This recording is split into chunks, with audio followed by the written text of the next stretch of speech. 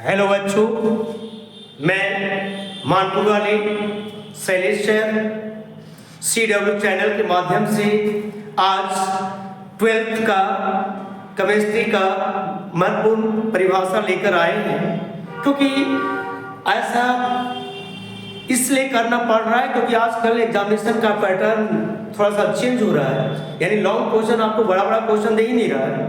उस लॉन्ग में क्या करेगा ना कि आपको डिफिनेशन डाल देगा, ABCD कर देगा। तो ABCD कर देगा तो अलग अलग डिफिनेशन रहता है, अलग अलग जगह से रहता है। कभी कभी को A आता है, B आता है, CD नहीं आएगा, तो आपको तो गड़बड़ हो जाएगा।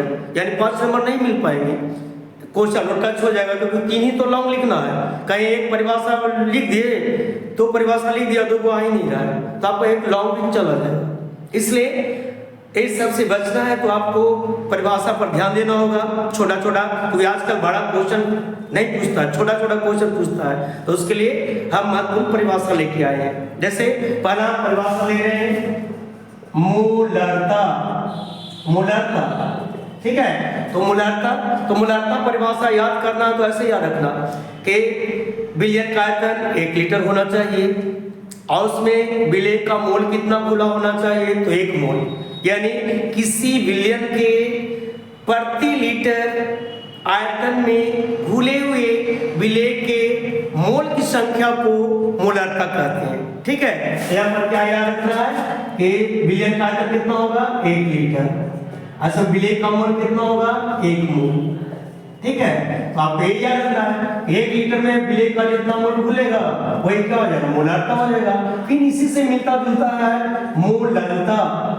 तो देखो मूललता में जहाँ पर आप 1 लीटर लिए हैं वहां पर आपको क्या लेना है, 1 kg। आई वाला यही रहेगा 1 मोल, ठीक है। यानी 1 kg के जगह पर आप क्या ले लेंगे, 1000 ग्राम भी ले लेंगे। तो इसको ऐसे लिखेगा कि किसी विलायक के 1 kg या 1000 ग्राम में घुले हुए विलय के मोल की संख्या को मूललता कहते हैं। तो मूललता में डिफरेंस कुछ नहीं है। मूललता में विलयन का आयतन 1 लीटर लेते हैं और मूललता में विलायक का जो ग्राम में दरमान लेते हैं या केजी में लेते हैं, विलायक का 1 kg, ठीक है। इस तरह से एक है मोल प्रभाज। तो देखो मोल प्रभाज में क्या होता है, अब कहेगा मोल प्रभाज, ठीक है। मोल प्रभाज, अब देखो मोल प्रभाज क्या है, तो मोल प्रभाज क्या है, तो ऐसे इसको देखो, ये अनुपात है, मोलों का अनुपात है। प्रभाज में क्या होता है, फ्रैगमेंट होता है, टुकड़ा होता है। तो ये मोल का अनुपात है, ठीक है। यानी कहता है कि विलय का मोल या विलायक का मोल तथा विलयन के मोलों के अनुपात को मोल प्रभाज कहते हैं। यानी यहाँ पर आपको देखना है क्या, अनुपात देखना है, रेशियो देखना है। किसका किसका, एक विलय का मोल, विलय का मोल या विलायक का मोल, विलायक का मोल, और अनुपात किसका लेगा, विलयन का मोल, विलयन का मोल, ठीक है। यानी आपको बोलना होगा, दोनों बोलना होगा कि विलय का मोल अगर लेते हैं तो विलय का मोल प्रभाज हो जाएगा।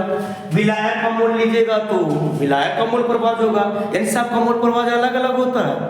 तो लेकिन परिभाषा में तो दोनों को शामिल करना होगा। ऐसे बोलेगा विलय का मोल या विलायक का मोल तथा विलयन के मोल के अनुपात को मोल प्रभाज कहते हैं, ठीक है। एक रिलेशन से आपको क्वेश्चन कर देता है कि आदर्श विलयन किसे कहते हैं, आदर्श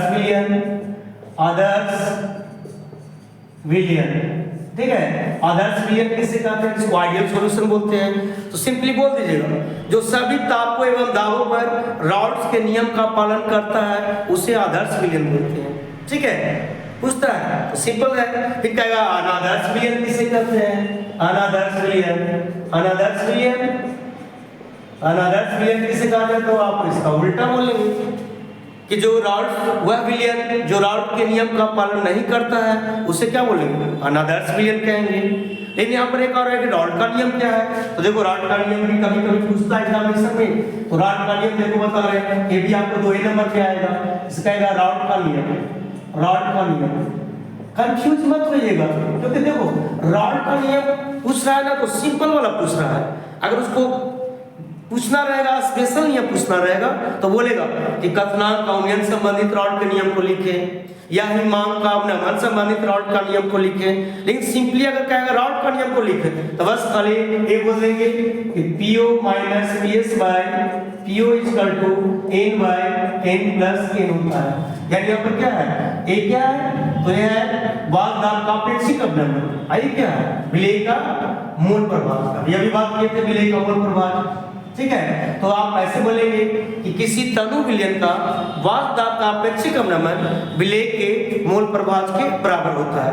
तो कौन सा नियम लिखा जाएगा, रॉड का नियम लिखा जाएगा। उसके बाद इसी लेसन से है, यानी हम विलियन लेसन से बात कर रहे हैं, क्योंकि सबसे ज्यादा एग्जामिनेशन में विलियन लेसन से ही क्या है आपको परिभाषा पूछा जाता है। फिर कहेगा परासरण दाब या परासरणी दाब से आप क्या समझते हैं। परासरण दाब को ही परासरणी दाब उलट के लिख देते बोलता है।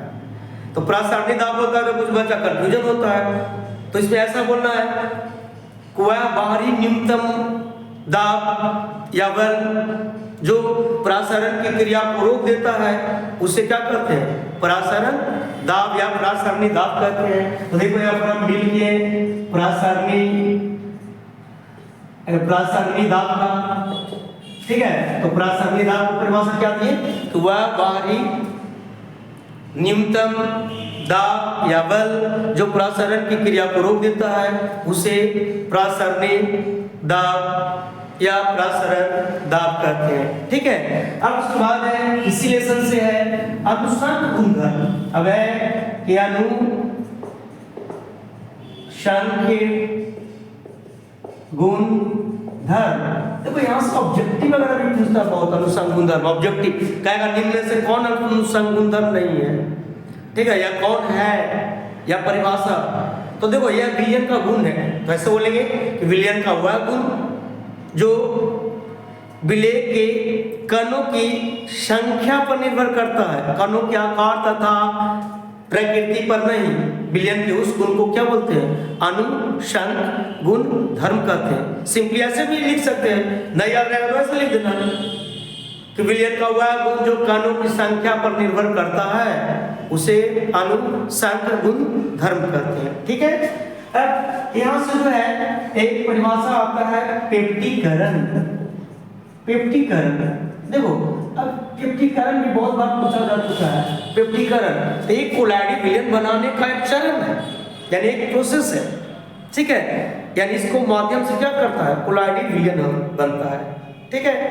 तो कहता है कि पेप्टीकरण क्या है, तो पेप्टीकरण वह क्रिया है जिसमें वैद्युत अपघटन का उपयोग करके, ठीक है, वैद्युत अपघटन का उपयोग करके कोलाइडी विलियन का निर्माण किया जाता है। यानी पेप्टीकरण द्वारा कोलाइडी आकार के कणों का हम लोग निर्माण करते हैं, ठीक है। तो सिंपली क्या बोलेगा कि पेप्टीकरण वह क्रिया है जिसके द्वारा वैद्युत अपघटन का उपयोग करके कोलाइडी विलियन का निर्माण किया जाता है, या कोलाइडी कणों बनाए, कोलाइडी कण का निर्माण किया जाता है, ठीक है। जब कोलाइडी कण बन ही जाएगा तो कोलाइडी विलियन भी बन जाएंगे, तो ये पेप्टीकरण हो गया। फिर आपको कुछ परिभाषा जो है लेकर आ रहे हैं, जैसे है आइसोटोनिक विलियन। आइसोटोनिक विलियन को समप्रसारी विलियन भी कह देगा, ऐसे बहुत बार कभी आइसोटोनिक विलियन कह देगा, कभी समप्रसारी विलियन कह देगा, यानी दोनों नामों से क्वेश्चन पूछता है। तो आइसोटोनिक विलियन, ठीक है, आइसोटोनिक विलियन। तो आइसो माने क्या होता है, सेम, ठीक है, या इसी को लिखता है समप्रसारी। तो ऐसे बोलिएगा कि वैसा विलियन जिसका परासरण दाब समान होता है, यानी ठीक है, यानी जो विलियन का परासरण दाब समान होगा उसको क्या बोलेंगे, आइसोटोनिक या समप्रसारी विलियन कहेंगे। तो इसमें कभी कहेगा हाइपरटोनिक, कभी कहेगा हाइपोटोनिक। तो देखो हाइपर माने अधिक होता है, अगर ऐसे पूछ देगा कि हाइपरटोनिक विलियन किससे कहते हैं, तो ऐसे बोलिएगा कि जब एक विलियन का परासरण दाब दूसरा विलियन से के प्रसारण दाब से अधिक होता है तो उस विलयन को क्या बोलेंगे? हाइपरटोनिक विलयन कहेंगे।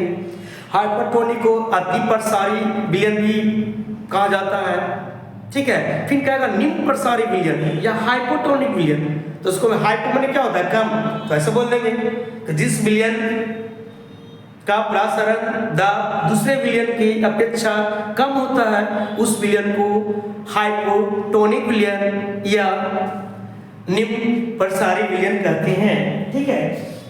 उसके बाद आपका है ठीक है, ठीक है। और भी है, जैसे है कि वैद्युत घट किसे कहते हैं? वैद्युत घट तो कहते हैं वह विलयन जिसमें विद्युत धारा का प्रवाह होता है उसको क्या बोलेंगे? वैद्युत अपघट कहते हैं। वैद्युत अनवघट किसे कहते हैं? तो वह विलयन जिसमें विद्युत धारा का प्रवाह नहीं होता है उसको वैद्युत अनवघट कहते हैं, ठीक है।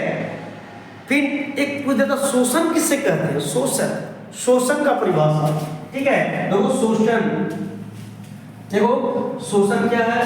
देखो शोषण में बहुत बच्चा कंफ्यूज करता है, शोषण क्या होता है? उस शोषण के जगह पर आप शोषण सोच लेगा या अधिशोषण सोच लेगा, मैंने दोनों में से कोई का परिभाषा दे देगा, या तो अधिशोषण लिखेगा या शोषण, लेकिन नहीं, शोषण वह क्रिया है जिसमें अधिशोषण और अपशोषण दोनों क्रिया क्या होता है? साथ साथ होता है।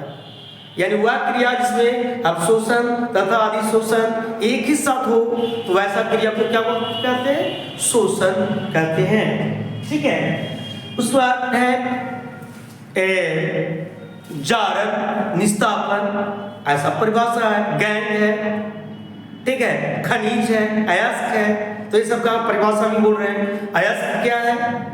तो कहिएगा कि वह खनिज जिससे धातु को सुगमता पूर्वक प्राप्त किया जाता है उस खनिज को अयस्क कहते हैं। फिर कहेगा गैंग या धात्री, ठीक है। यानी गैंग को ही क्या बोलते हैं? अधात्री बोलते हैं। किससे कहते हैं? तो बोलेंगे कि जो अयस्क के साथ अशुद्धियां मिला होगा उसे गैंग या अधात्री कहते हैं, ठीक है। फिर है जारक किससे कहते हैं? निस्तापन किससे कहते हैं? प्रद्रावण किससे कहते हैं? सब इनऑर्गेनिक से बात कर रहे हैं। देखो जारण और निस्तापन में क्या होता है कि आपको ऑक्साइड प्राप्त करना होता है, जारण और निस्तापन, ठीक है। तो जारण एक देहाती शब्द है, जारण यानी जलाने के लिए ऑक्सीजन चाहिए, जारण को ही भर्जन बोलते हैं। तो कहता है कि जब शुद्ध अयस्क को वायु के उपस्थिति में या वायु की पर्याप्त मात्रा में गर्म करके धातु का ऑक्साइड बनाया जाता है तो उस क्रिया को जारण या भर्जन कहते हैं, क्योंकि जारण है, जलावन के लिए ऑक्सीजन चाहिए जलाने के लिए। अब है निस्तापन, तो निस्तापन इसका ठीक उल्टा है, यानी निस्तापन वह क्रिया है जिसमें शुद्ध अयस्क को धातु के ऑक्साइड में परिवर्तित किया जाता है ऑक्सीजन के अनुपस्थिति में, ठीक है। यानी यहाँ पर ऑक्सीजन का उपस्थिति होना कोई क्या है? जरूरी नहीं है, ठीक है। तो देख लिए कि जारण में ऑक्सीजन चाहिए, निस्तापन में ऑक्सीजन क्या है? नहीं चाहिए, ठीक है। अब है उसके बाद प्रद्रावण। तो प्रद्रावण क्या है? प्रद्रावण एक ऐसा क्रिया है जिसमें धातु के ऑक्साइड से धातु को द्रवित अवस्था में प्राप्त किया जाता है, तो उस क्रिया को क्या बोलेगा? प्रद्रावण। इसी को इंग्लिश में बोलते हैं क्या? स्मेल्टिंग। यानी प्रद्रावण में धातु किस अवस्था में प्राप्त होता है? आपको द्रवित अवस्था में, ठीक है। उसके बाद आपको है गालक या द्रावक। कहेगा कि गालक या द्रावक से आप क्या समझते हैं?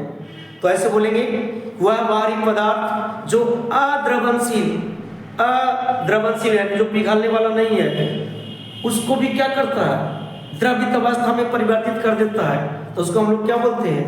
गालक या द्रावक। इंग्लिश में बोलते हैं फ्लक्स। जैसे लोहा का निष्कर्षण में चूना पत्थर का उपयोग किया जाता है द्रावक या गालक के रूप में। एक आपको होता है धातुमल।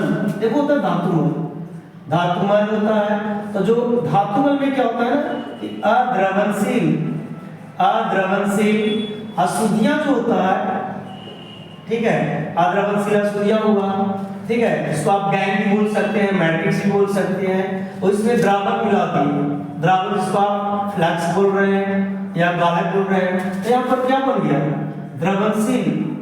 द्रवणशील पदार्थ बन गया। तो ये जो द्रवणशील पदार्थ होता है ना, इसी को हम क्या बोलते हैं, धातुमल। यानी धातुमल को कैसे डिफाइन करिएगा, कहिएगा कि जब अद्रवणशील अशुद्धियां के साथ फ्लैक्स मिलकर जिस द्रवणशील पदार्थ का निर्माण करता है उसको क्या बोलते हैं, धातुमल कहते हैं। ठीक है, ठीक है, तो यहाँ पर हम जारक बताए, भर्जन बताए, द्रावक बताए जिसको फ्लैक्स बोलते हैं, ठीक है, गैंग बताए, ठीक है। लेकिन जारण और भर्जन में याद रखिएगा गर्म किया जाता है, दोनों में अंतर क्या है, जारण में ऑक्सीजन उपस्थित होगा, ठीक है, और निस्तापन में आपको ऑक्सीजन क्या होगा, अनुपस्थित, या कहीं कहीं पर लिखता है अपर्याप्त मात्रा में, मैंने बहुत कम मात्रा में क्या होंगे, उपस्थित होगा। ठीक है, इस तरह से आपको फिर कहेगा वैद्युत अपघटन किससे कहते हैं, वैद्युत अपघटन।